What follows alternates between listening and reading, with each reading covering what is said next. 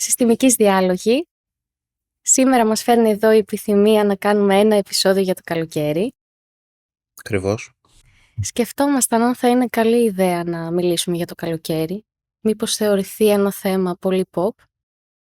Να σταθούμε όμως λίγο εδώ και να πούμε ότι το να σκεφτόμαστε αν θα μιλήσουμε ή όχι για κάποιο θέμα, αν θα θεωρηθεί pop ή όχι, ίσως είναι λίγο περιοριστικό και κάπως άκαμπτο.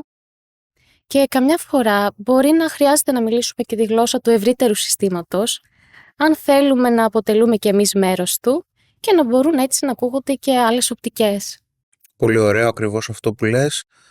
Νομίζω ότι και αυτός ο προβληματισμός, έτσι όπως τον θέτεις, είναι και ένας προβληματισμός της συστημικής μας προσέγγισης. Το απάντησες βέβαια υπέροχα σε ό,τι αφορά το ότι κάπως θα πρέπει να μιλάμε σε όλα τα επίπεδα, όλες τις γλώσσες. Νομίζω ότι αν μέχρι τώρα, κατά τη γνώμη μου, τουλάχιστον τελείως υποκειμενικά, αυτό που γίνεται σε σχέση με τις συζητήσεις μας εδώ πέρα μου αρέσει πάρα πολύ, είναι γιατί ακούγεται, και αυτό το λαμβάνω ως feedback από τους συναδέλφους τους συστημικούς, ακούγεται μία οπτική συστημική με έναν τρόπο πολύ πολύ διαδεδομένο, ας πούμε. Άρα έχει σημασία πάρα πολύ να μιλάμε ευρύτερα και να συζητάμε, και μπορεί να μιλήσουμε και pop, δεν πειράζει. It's okay. Και μπορεί να μιλήσουμε και πολύ πιο επιστημονικά σε κάποιες άλλες φάσεις, και αυτό είναι ok. Νομίζω ότι το πιο σημαντικό που κάνουμε εμείς οι δύο σε αυτό, Χριστίνα, νομίζω είναι το ότι κάπως απολαμβάνουμε τη συζήτηση και το υποστηρίζουμε. Και παρόλα αυτά δεν το θεωρώ ένα pop θέμα. Το καλοκαίρι είναι μια εποχή που κουβαλάει πολλές προσδοκίες και όνειρα για χαλάρωση, ξενιασιά, απολαύσεις. Ίσως αυτό συμβαίνει γιατί κουβαλάμε και τις αναμνήσεις από την παιδική μας ηλικία που έχουν συνδεθεί με τις μεγάλες διακοπές, τις ημέρες χωρίς υποχρεώσεις, το αίσθημα έτσι ότι απλώνει το χρόνος μπροστά μας άφθονος. Ζούμε και σε μια χώρα που το καλοκαίρι είναι τεράστιο, είναι το 1/4 ας πούμε του χρόνου, είναι πάρα πολύ μεγάλο διάστημα. Σε άλλες περιοχές μπορεί να είναι και περισσότερο, αλλά ακόμη και αντικειμενικά να δούμε το ότι τα σχολεία κλείνουν 15 Ιουνίου και ξανανοίγουν 11 Σεπτεμβρίου, είναι αμέσως 3 μήνες. Άρα είναι σίγουρα για ένα πολύ σημαντικό κομμάτι του πληθυσμού 3 μήνες. Ναι, είναι μεγάλο το χρονικό διάστημα και η αίσθηση αυτή νομίζω ακόμα και να βρίσκεσαι στην πόλη διατηρείται, οι δρόμοι αδειάζουν, οι ρυθμοί χαλαρώνουν. Ακριβώς. Μιλάμε βέβαια τώρα για πόλη, οι άνθρωποι που ζουν σε νησιά ή στη Χαλκιδική που είναι και δίπλα μας και την αγαπάμε πολύ, ή γενικά σε παραθαλάσσιες περιοχές μπορούν να έχουν άλλες αφηγήσεις. Εντελώς, βέβαια, έτσι ακριβώς. Ναι. Τα μέρη γεμίζουν, υπάρχει πολύ συχνά και αποπνικτική διάσταση πια, ή πάρα πολύ συχνά τα μέρη που αγαπούσαμε και γνωρίζαμε δεν είναι αυτά που ήταν, δεν είναι όπως ήταν, εμείς δεν είμαστε όπως ήμασταν. Μου άρεσε πάρα πολύ αυτό που είπες για τα παιδιά. Όλοι μας, ας πούμε, η εμπειρία έρχεται σε σχέση με το καλοκαίρι σε μεγάλο βαθμό από το παρελθόν και συνδέεται με μια αδιανόητα τεράστια, ας πούμε, μακρά διάσταση του χρόνου που σαν παιδιά ούτως ή άλλως το έχουμε. Και σαν ενήλικες και όσο μεγαλώνουμε το χάνουμε, και το χάνουμε όλο και παραπάνω. Μοιάζει η εμπειρία κάπως να μεγενθύνεται το καλοκαίρι, ίσως γιατί είναι αποσυμπιεσμένη η περίοδος από τις απαιτήσεις που συνοδεύουν άλλες εποχές του χρόνου. Επιμικρύνεται ο χρόνος πάντοτε. Όσο περισσότερα πράγματα κάνουμε, τόσο περισσότερο επιταχύνεται. Όσο αποεπιταχύνουμε, τόσο περισσότερο παράγεται με έναν τρόπο επιμήκυνση του χρόνου, ούτως ή άλλως. Είναι τεράστιες ημέρες επίσης, είναι και αυτό πολύ σημαντική παράμετρος. Αργεί να νυχτώσει, υπάρχει χρόνος, υπάρχει συναναστροφή πολύ πιο έντονη, οι άνθρωποι βγαίνουν πολύ περισσότερο έξω, οι πλατείες, τα πάρκα, τα μαγαζιά, τα μέρη, τα εξοχικά γεμίζουν, ακόμη και απομονωμένα μέρη γεμίζουν με ζωή, τα τουριστικά μέρη δεν σφίζουν πια απλά από ζωή, αλλά κατά τη γνώμη μου έχουν γίνει σχεδόν αποπνικτικά, αδιανόητος ο κόσμος, και ο τουρισμός αυτός δεν προέρχεται φυσικά από Έλληνες, είναι ένας τουρισμός εισαγόμενος που είναι τεράστια πηγή εισοδήματος για τη χώρα, αλλά φέρει και πάρα πολλές δυσκολίες και πολλές απαιτήσεις. Πάρα πολλοί άνθρωποι ζουν τουριστική σεζόν. Ναι, που και εκεί στα τουριστικά μέρη μπορεί να είναι εντατική η ρυθμή, ειδικά για τους ανθρώπους που εργάζονται στο τουρισμό. Σκέφτομαι όμως ότι αλληλεπιδρούμε με ανθρώπους που κάνουν διακοπές. Και είναι διαφορετικό να αλληλεπιδράσει με ανθρώπους που κάνουν διακοπές από ότι με ανθρώπους που δεν κάνουν διακοπές. Νομίζω αυτή η ανταλλαγή διαφορετικών συναισθημάτων μπορεί να σε παρασύρει, αλλά μπορεί και να τονίσει την σύγκρουση ανάμεσα στην ανεμελιά και στην υποχρέωση. Πάρα πολύ σωστό. Εγώ, ας πούμε, για τον εαυτό μου πάντοτε έλεγα ότι δεν θα μπορούσα ποτέ να δουλεύω σε ένα τέτοιο πλαίσιο, ακριβώς για αυτόν τον λόγο. Γιατί όταν η περιραίουσα ατμόσφαιρα είναι τόσο, μα τόσο ίσως χαλαρή, απολαυστική ή ικανοποίηση των αναγκών, νομίζω δεν θα μπορούσα να έρθω σε ομοιόσταση με αυτό. Το θεωρώ δηλαδή πραγματικά τιτάνιο έργο, πάρα πολύ δύσκολο, πάρα πολύ απαιτητικό, και είναι και αρκετά δύσκολο το κομμάτι που αφορά το ότι οι άνθρωποι φεύγουν από τις εστίες τους, και μάλιστα σήμερα βλέπουμε όλο και περισσότερο και μεγάλοι άνθρωποι. Δεν αφορά δηλαδή, όπως ίσως εγώ θα το πω πάλι για τον εαυτό μου, λανθασμένα το είχαμε, ότι νέα παιδιά μόνο φεύγουν και άνθρωποι με οικογένειες και άνθρωποι που είναι μεγάλης ηλικίας και άνθρωποι οι οποίοι δυσκολεύονται πάρα πολύ στις εστίες τους και στρέφονται στον τουρισμό για καλύτερες οικονομικές απολαβές. Άρα είναι μια σημαντική παράμετρος ανθρώπων οι οποίοι και φεύγουν, απομακρύνονται και πολύ συχνά δουλεύουν σε εξαιρετικά δυσχερείς συνθήκες και ζουν σε δυσχερείς συνθήκες. Και όλο αυτό είναι ένα μείγμα περίεργο. Δηλαδή, τι καλοκαίρι κάνει αυτός ο οποίος είναι σεζόν? Ναι, κάπως διαφέρει από αυτό που έχουμε στο μυαλό μας ως καλοκαίρι με την έννοια των διακοπών περισσότερο, γιατί και για κάποιους ανθρώπους το καλοκαίρι μπορεί να είναι ο χειμώνας με την έννοια της ξεκούρασης, της χαλάρωσης. Οι άνθρωποι αυτοί φεύγουν από τα σπίτια τους, όπως είπες, καταλήγουν έτσι, αφήνουν τους δικούς τους για μεγάλο χρονικό διάστημα, και όταν εμείς κάνουμε τις διακοπές μας είναι κάποιοι εκεί για τις διακοπές μας. Έτσι ακριβώς. Και για τη φροντίδα μας. Και αναπληρωτές εκπαιδευτικοί επίσης επιστρέφουν Ιούλιο στον τόπο τους και όλο το υπόλοιπο καλοκαίρι βιώνουν την αγωνία για το πού θα βρίσκονται την επόμενη χρονιά. Έτσι. Είναι σε μια τεράστια αναμονή, σε μια φάση αναμονής. Πάρα πολλοί άνθρωποι ενδεχομένως μπορεί να περιμένουν και να διοριστούν ή να μπουν, όπως λες, ως αναπληρωτές.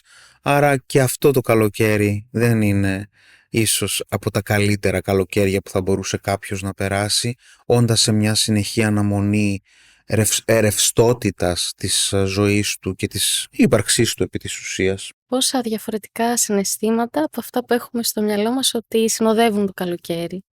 Πολλά διαφορετικά καλοκαίρια. Ακριβώς. Χωράνε άραγε επιτρέπονται, μπορούμε να τα ζήσουμε? Και εδώ, ξέρεις, σκέφτομαι τις ερωτήσεις μας, τα λόγια μας, τους άλλους. Πού θα πάτε, πόσες μέρες. Κάπως σαν να το θεωρούμε δεδομένο. Δεν μπορούμε να γνωρίζουμε όμως τις συνθήκες που βιώνει ο άλλος άνθρωπος. Συνεχώς ρωτάμε και μας ρωτάνε, είναι μια συχνή ερώτηση, όπως και με έναν τρόπο μπορεί να γίνεται και για το Πάσχα και για τα Χριστούγεννα. Πού θα πάτε, τι θα κάνετε, πώς περάσατε μετά, πώς ήτανε, πώς σας φάνηκε, τι. Γενικώς πολλές ερωτήσεις και πολλές συζητήσεις που μας βάζουν και σε μια θέση, προσδοκιών σε ό,τι αφορά τον εαυτό μας και των συνθήκων, και κάνουν ίσως συχνά έτσι δημιουργούν μια στάση αυτοαμφισβήτησης της ύπαρξής μας και της θέσης μας. Ναι, και αν πάω διακοπές και δεν το μάθει κανείς, έχω πάει διακοπές. Ή αντίστροφα, αν πάω σε μια παραλία, βγάλω μια φωτογραφία και την ανεβάσω στο διαδίκτυο, έχω πάει διακοπές. Μου φαίνεται τρομακτικό όλο αυτό που συμβαίνει, το πόσο μας επηρεάζει, πόσο εξαρτητικό είναι. Η αξιολόγηση από τους άλλους ανθρώπους έχει γίνει η καθημερινότητά μας. Δυστυχώς, κατά την άποψή μου, περιμένουμε τα likes των άλλων για να επιβεβαιωθούμε. Όσο πιο πολλά τα likes, τόσο καλύτερες και οι κοπές μου. Είναι τα μέρη πια και όλη η διαδικασία ακόμη και των καταστημάτων αλλά ακόμη και των τόπων γίνονται ισταγκραμικά. Δεν θα ξεχάσω σε ένα ταξίδι μας στην Ισλανδία, κάναμε εξτρά πόσες ώρες και πόσα χιλιόμετρα για να πάμε σε μια μαύρη εκκλησία, το οποίο ήταν ήταν ωραίο, αλλά ήταν γνωστή από το Instagram. Και εκεί που ήταν στην άκρη του πουθενά χτιζότανε 3 ξενοδοχεία, θυμάμαι τότε, για να ικανοποιήσουν τους τουρίστες που απλά πήγαιναν σε ένα τοπίο που είχαν δει από το Instagram και που βιώνανε και που ζούσανε από το Instagram. Πρόσφατα είδαμε σκηνές από ανθρώπους οι οποίοι περιμέναν 5,5 ώρα το πρωί, 6, για να βγάλουν φωτογραφία την ανατολή του ήλιου στην Ία. Δεν ξέρω, αυτό είναι διακοπές, είναι απολαυστικό. Εδώ πέρα έχουμε τεράστια ευθύνη και σαν ψυχοθεραπευτές, σκέφτομαι. Η ψυχοθεραπεία είναι παράγωγο και απότοκο της έννοιας της αυτοθεματοποίησης.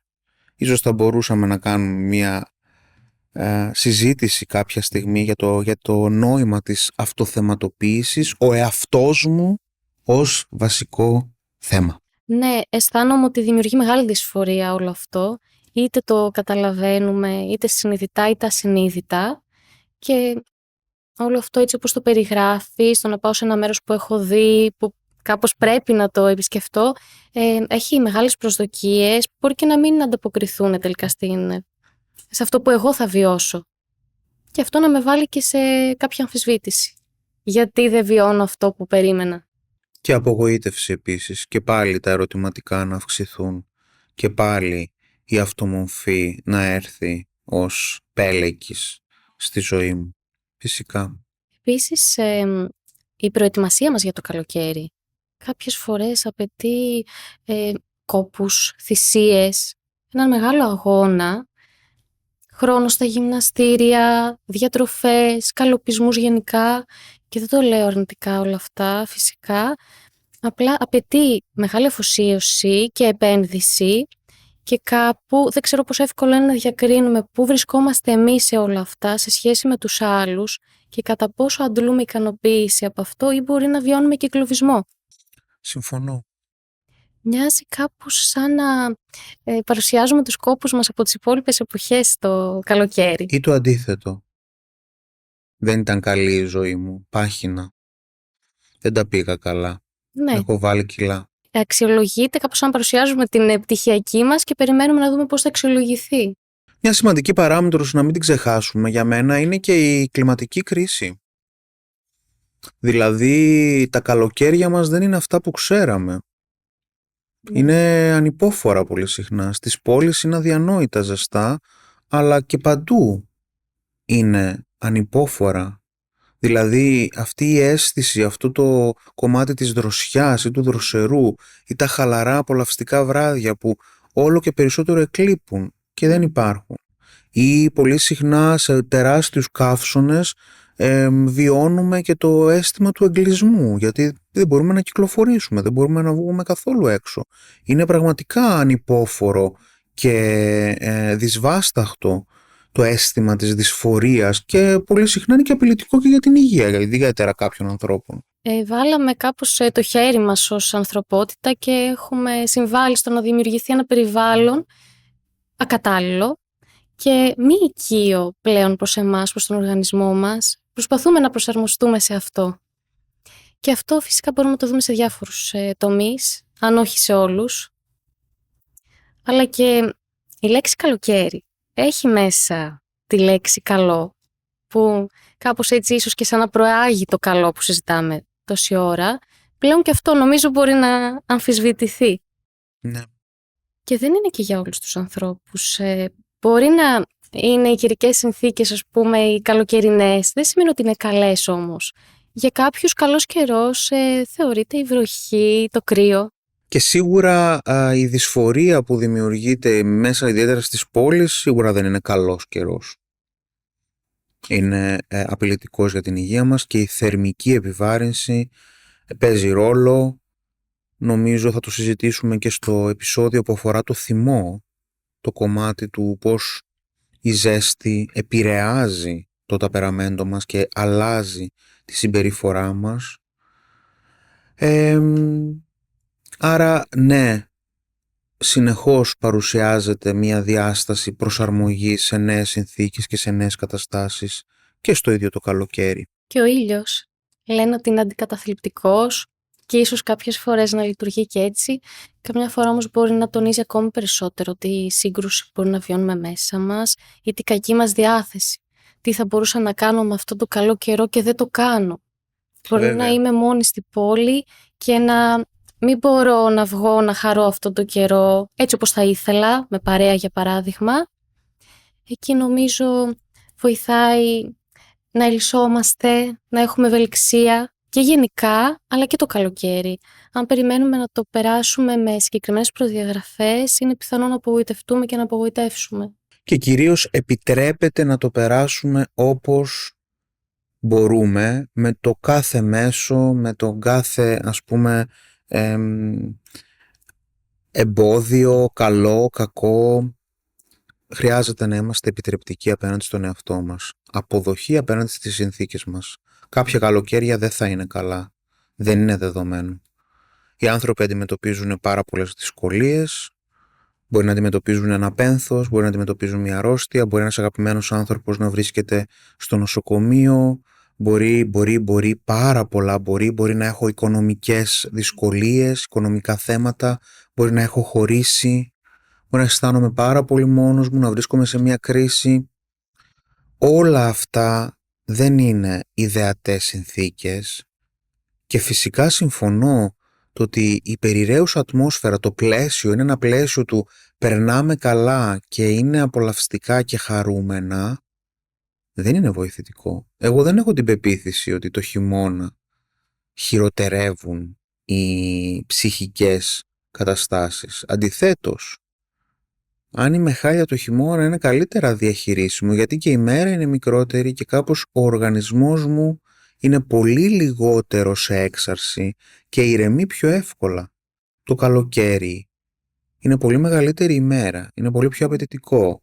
Υπάρχουν πάρα πολλοί θόρυβοι, πρέπει να είναι ανοιχτά, να κοιμάμαι κάπως ή να μην κοιμάμαι ή να υπάρχει φασαρία μέσα στο σπίτι. Αυτό δεν είναι εύκολη συνθήκη. Φυσικά.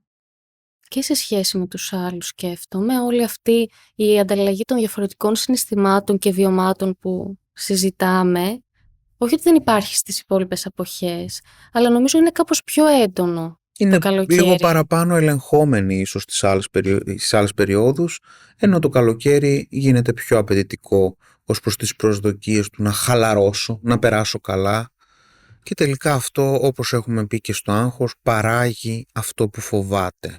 Γιατί η χαλάρωση έρχεται μόνο όταν χαλαρώνω. Και ζούμε και σε μια χώρα άκρως τουριστική, που η οικονομία βασίζεται σε μεγάλο βαθμό από το τουρισμό, οπότε βιώνουμε έναν βομβαρδισμό από διαφημίσεις για διακοπές, ξενοδοχεία, εισιτήρια, χαλάρωση και δικαιολογημένα μεν όλα αυτά, αλλά πόσο εύκολα μπορεί ένας άνθρωπος να ανταπεξέλθει σε όλο αυτό αν δεν έχει τη δυνατότητα να πάει διακοπές για τον οποιοδήποτε λόγο. Έτσι. Και φυσικά και μέσα στο κομμάτι της διαφορετικής, ας πούμε, συναισθηματικής κατάστασης είναι και μια περίοδος πάρα πολύ απαιτητική σε ό,τι αφορά και τις κοινωνικές εκδηλώσεις. Γάμοι, βαφτίσεις, πάρτις, γενικώς συναναστροφή με πάρα πολύ κόσμο. Συναναστροφή με πάρα πολύ κόσμο σημαίνει συγκεκριμένες προσδοκίες χαράς, ευτυχίας και απόλαυσης. Σημαίνει πολλές ερωτήσεις. Σημαίνει πολλά σχόλια επίσης. Πάχινες, αδυνάτησες, παντρεύτηκες, δεν παντρεύτηκες, χώρισες. Ακριβώς. Και ευχές που δίνονται στα δικά σας, άντε και εσείς τι περιμένετε, με κανένα παιδάκι τώρα. Ευχές που νομίζω δεν βοηθάνε κανέναν. Μπορεί να φέρουν σε αμηχανία και τις δύο πλευρές. Αναρωτιέμαι αν ποτέ θα σταματήσουν να υπόνονται, αλλά ακόμα και όταν δεν υπόνονται, εξακολουθούν κάπως αισθάνομαι να μας βαραίνουν, όχι απαραίτητα επειδή τις πιστεύουμε, αλλά επειδή υπάρχουν γύρω μας, είναι τόσο βαθιά ριζωμένες και μοιάζει να διαμορφώνουν τις αντιλήψεις των άλλων, τις προσδοκίες μάλλον των άλλων για τη ζωή μας. Ναι. Εδώ πέρα τώρα βέβαια δεν θέλω και να δαιμονοποιήσουμε τις ευχές, γιατί οι ευχές είναι κάτι πάρα πολύ ωραίο, λέγεται αυθόρμητα, λέγεται πηγαία πάρα πολύ συχνά. Ποια είναι η δική μου τοποθέτηση ως προς αυτό έχει σημασία. Όταν ας πούμε πρωτοξεκίνησα να εργάζομαι ως ψυχοθεραπευτής στα πρώτα χρόνια του γραφείου μου, είχα πολύ μεγάλο θέμα το ότι ας πούμε ήμουν ακόμα ένας νέος, άπειρος θεραπευτής και οπότε ήμουνα πάρα πολύ ευερέθιστος στο σχόλιο «Α, είστε μικρός». Σήμερα αντίστοιχα στο σχόλιο «Είσαι μικρός» χαίρομαι και το απολαμβάνω και με ικανοποιεί και αισθάνομαι βαρέσκεια, ματαιοδοξία βέβαια, αλλά είναι αλήθεια. Οπότε ποια είναι η τοποθέτησή μας έχει σημασία σε σχέση με το πώς αισθανόμαστε κι εμείς οι ίδιοι για τις καταστάσεις. Και φυσικά πάντοτε μπορούμε να πούμε όχι, δεν θα μπορέσω να έρθω. Έχουμε δικαίωμα.